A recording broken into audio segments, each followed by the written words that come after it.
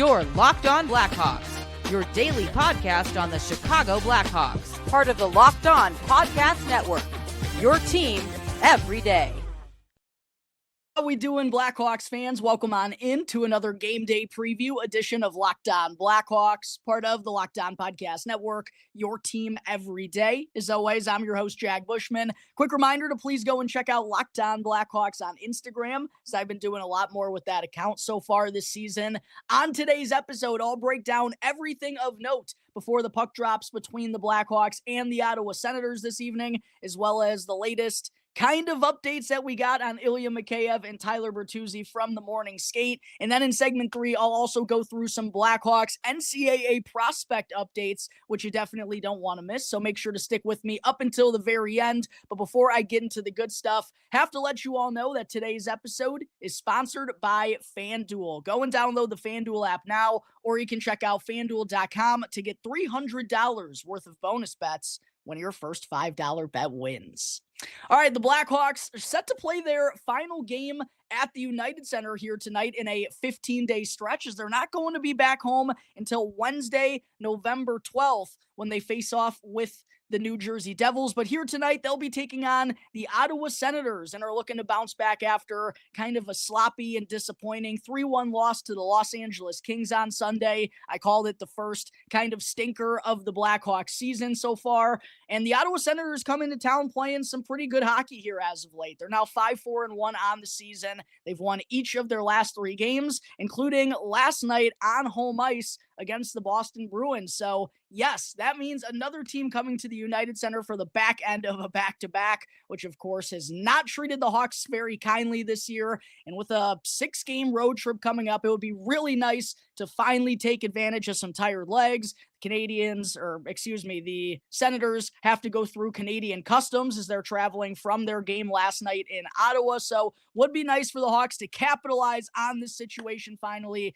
and pick up another 2 points here this evening. The Hawks just wrapped up their morning skate about an hour ago. However, because it was an optional morning skate, we didn't get to look at the line rushes and the potential lineups for tonight's game. So had to wait until we got some updates from Jeff Blashill following the morning skate, which was just about 10 to 15 minutes ago. Hence this preview episode coming out a little later than they normally do right after the morning skate. But unfortunately, Blashill didn't really give us all that much of an update on the statuses of Tyler Bertuzzi and Ilya Mikheyev. What I will say, though, is Bertuzzi was one of the Blackhawks skaters who participated in the optional morning skate, and he missed the last game against the Kings on Sunday, also missed each of the last 2 teams' practices, and Blashill, as I mentioned on yesterday's show, when speaking after practice about Bertuzzi's chances to play tonight, he said he was probably more doubtful. However, him participating in the morning skate potentially could change that matter,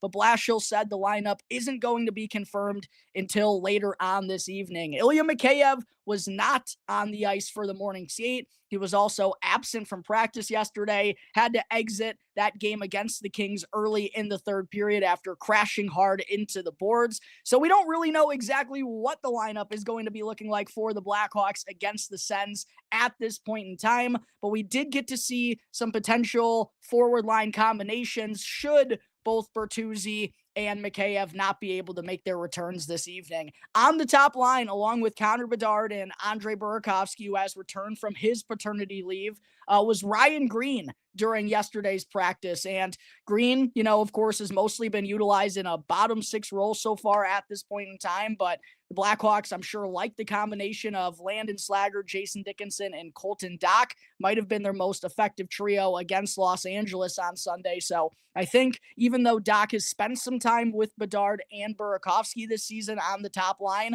Blashill probably didn't want to change up that trio that was so successful against, they didn't wind up tallying a goal, but they were definitely effective. And on a night where the Blackhawks didn't get a lot of offensive zone time, I thought they did a lot of things together. So looks like Ryan Green, if Bertuzzi and Mikheyev are not able to go, he's expected to be the one that jumps up on that top line left wing spot along with Bedard and Burakovsky. If Bertuzzi is able to play tonight, I suspect that's where he'll go. And then Green will probably slot back down into a fourth line role along with Nick Foligno. And that would sadly bump out Sam Lafferty most likely for a seventh consecutive game. He hasn't played since October 11th in the home opener against the Montreal Canadiens. If Bertuzzi and Mikheyev are out, Sam Lafferty is going to be in the game because without those two guys, the Blackhawks only have 11 healthy forwards left on their roster. But considering how Blashill has utilized him, if either are good to go, expect Sam Lafferty to be the healthy scratch once again. Bedard, by the way, do want to mention in 4 career games against the Ottawa Senators has 5 points. Burakovsky has tallied at least 1 point in 6 of his last 9 games, against the Ottawa Senators as well. So some solid history against the Sens for both of those two guys. Teuvo Teravainen, Frank Nazar, and Ryan Donato remained as the second line in practice yesterday. Teuvo has found some really good success against projected Senators starting goaltender tonight, Linus Ullmark. He sat out for just the second time in Ottawa's opening 10 games last night in the front end of the team's back-to-back against Boston. So expect their number one to be in between the pipes this evening at the UC. But in 7 career games for Teuvo Teravainen against Linus Ullmark, he's found the back of the net 4 times. And of course, hasn't really shot the puck all that much here this season, which he's always been more known as a pass-first player, but Blackhawks could really use him in the goal-scoring department a little bit more here moving forward. Ryan Donato also has points in back-to-back games here against the Sens, while unfortunately he had his 5-game point streak and 4-game goal streak snapped on Sunday. I mentioned Slaggert, Dickinson, and Doc. Expect them to remain as the third line tonight. Colton Doc, still top 10 in the league in hits, leads all rookies in that category as well. And Sam Lafferty and Nick Foligno look like they'll be the fourth line again if Bertuzzi, and Ilya Mikheyev aren't able to return to the lineup. Defensively, it's pretty simple for the Blackhawks because Blashill, he's rolled with 7 defensemen in the lineup for 6 consecutive games. He mentioned despite, some forwards exiting early, it's happened in 3 of the 9 games so far this year.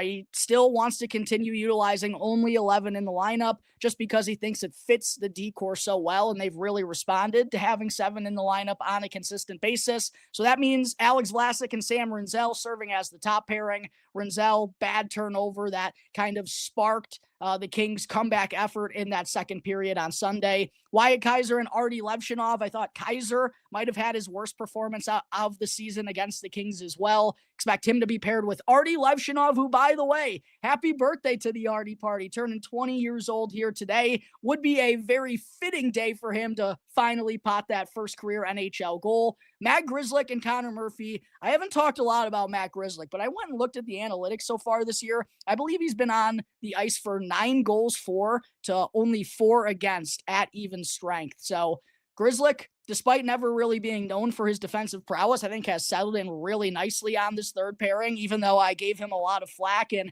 kind of gave Kyle Davidson some flack for signing him off of that PTO. I thought he's been really sturdy for the most part defensively, along with Connor Murphy on that third pairing. And then that sets up Louis Crevier to once again be utilized as the 7th defenseman. One thing we do know for sure following the Blackhawks morning skate is that Spencer Knight is set to be in between the pipes for the home squad. And Knight is, of course, off to an incredible start to his first full season here in Chicago. He's now 3-2-1 with a 1.96 goals against average, .937 save percentage in his opening 6 starts. He's 5th in the NHL in goals against, 3rd in save percentage.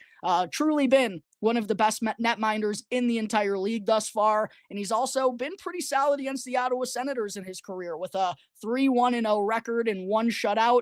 And in each of his last 3 games against the team, he's earned a win, including in the season finale last year up in Ottawa, where Frank Nazar scored the overtime winner to end the Blackhawks' 24-25 campaign on a high note. Knight stopped 34 of the 37 shots that he faced in that contest. So he's been pretty good against them ever since allowing 8 goals in his first career matchup against the Ottawa Senators. Hopefully Spencer Knight can keep it up and pick up where he left off in his last time out against the Tampa Bay Lightning to help the Blackhawks get back in the win column and earn their 5th victory in a 7-game stretch. One final tidbit I did want to be sure to mention before getting into our first ad break. It's a 7:45 p.m. Central Time puck drop here this evening, which is a little bit odd considering it's not a national game. This is going to be broadcasted on CHSN, but for whatever reason, 15 minutes later than we usually see puck drop during the weekdays at the United Center. Just wanted to make sure you all get that heads up.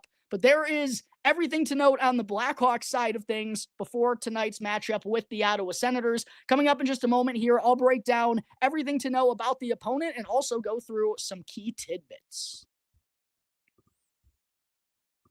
But first, I got to talk to you all about one of today's sponsors, which is Monarch. Most people can't name all of their financial accounts or even what they're worth, whether it's 401ks, properties, or investments. And when you don't have the full picture, you can end up leaving money on the table. But that's why there is Monarch, an all-in-one personal finance tool that brings your entire financial life together in one clean, super easy-to-use interface, both available on your phone and on your laptop. And Monarch does all of the heavy lifting for you so that you can link all of your accounts in minutes, see clear data visuals, and finally feel in control of your money without ever having to touch a spreadsheet. So don't let financial opportunity slip through the cracks any longer. Go and use our promo code LOCKEDONNHL in all caps at monarchmoney.com, and you'll also get half off on your first year.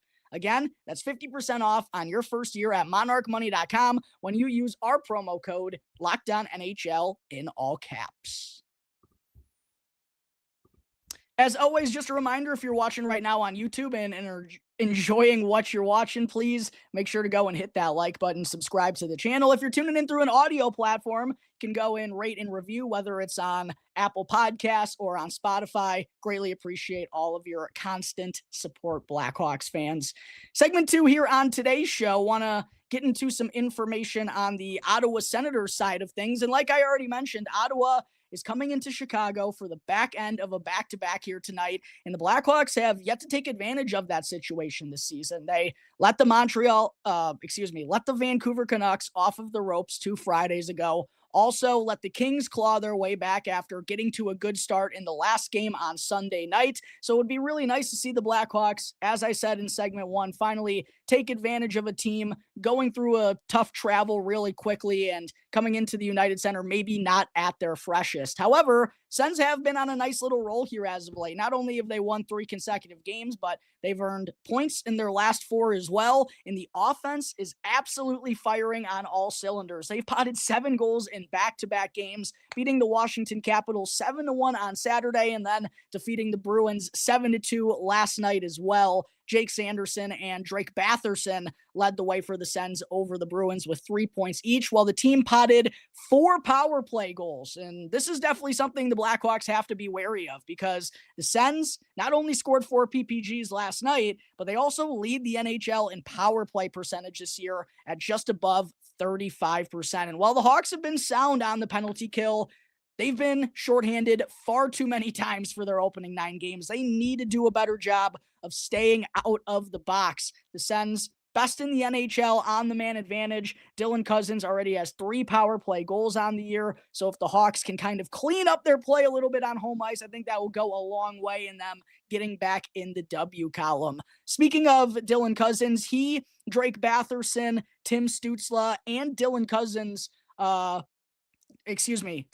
Shane Pinto, Drake Batherson, and Tim Stützle are all tied for the Senators team lead with 10 points through their opening 10 contests, while Shane Pinto is the team leader in goals with 8. And another note that the Blackhawks should be aware of going into this one is that the Senators are also the best team in the NHL at the faceoff dot. The Hawks, I don't ever expect that to be a strength for them this season, but I love to see that they've been trending in the right direction after, I believe they were ranked 29th in face-off win percentage through the opening 3 games. They've kind of risen in the ranks with each passing contest, and they're now up to 23rd in the league at 48%. And this has been, without a healthy Jason Dickinson on a consistent basis. So I credit Connor Bedard for winning a career-high 10 face-offs on 16 attempts on Sunday against the Kings.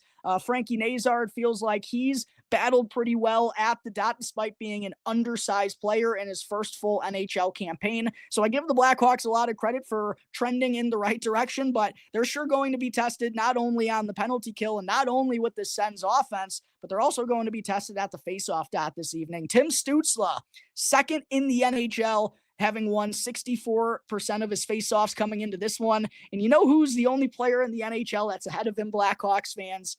It's Jonathan Toews, even though he's been out of the game for a couple of years, even though he's now, I believe 37, maybe 38 years old, still the best in the business at the faceoff dot, as he's always been. He's won 65% of his draws in his first season back. Just think about how incredible that is. It's seriously like riding a bike for this guy, but I thought that was super, super cool to go and look at when I went and dove into the faceoff statistics here this season. But getting back to the Senators, Tim Stützle, Shane Pinto, and Dylan Cousins, the top three centers for the Sens, each have won at least 56% of their draws so far this year. So, yeah, the Hawks are going to have their hands full in multiple different areas.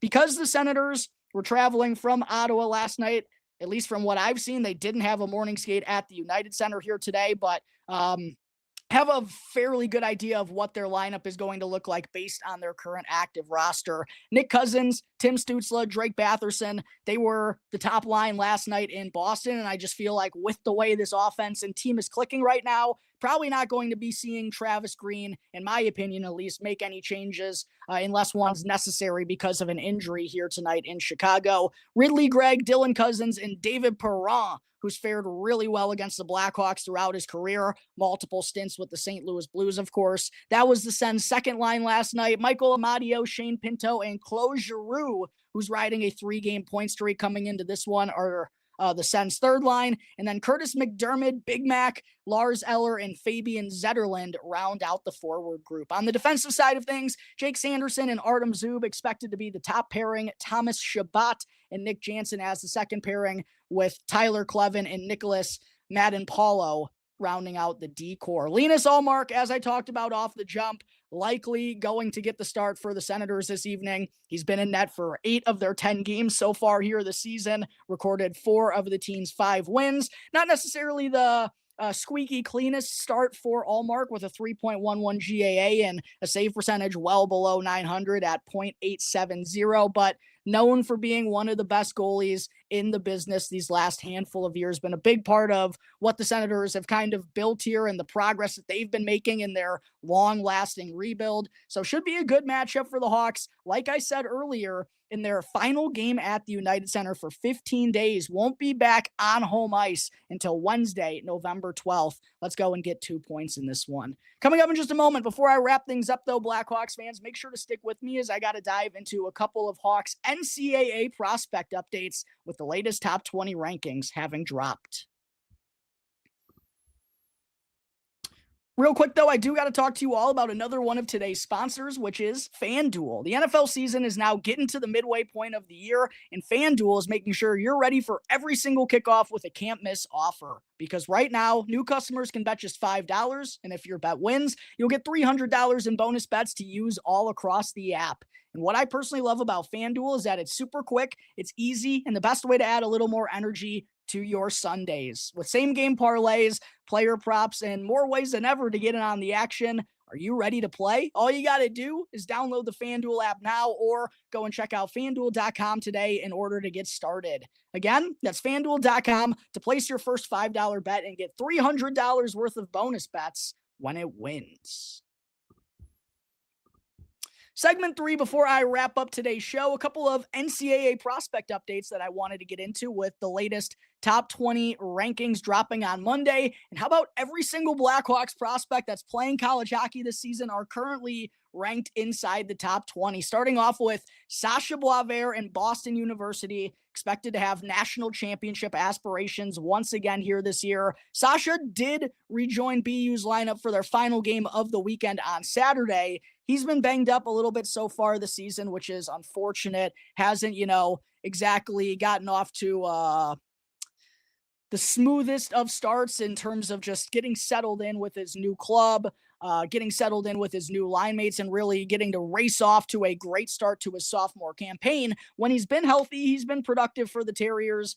is he's got 4 points in his opening 4 games, 1 goal and 3 assists. 3 of those points, though, did come in the season opener against Long Island. But hopefully this starts a nice stretch of consistently being in the lineup for Sacha Boisvert. He was utilized as the Terriers' top-line center. However, I do want to point out it was not with Cole Yzerman and Ryder Ritchie, which was the top line for BU to kick off the season. It was Kamil Bednarik in that second line center spot, while Cole Yzerman was skating with Owen McLaughlin and Jack Harvey. Next up in the top 20 rankings for Blackhawks prospects, coming in at number 11 was the University of Minnesota Duluth, who is not a top 20 ranked team heading into the start of the season, but are off to a tremendous beginning to the new campaign. And Adam Gajan, Blackhawks goalie prospect, has been a massive piece behind that, because not only has he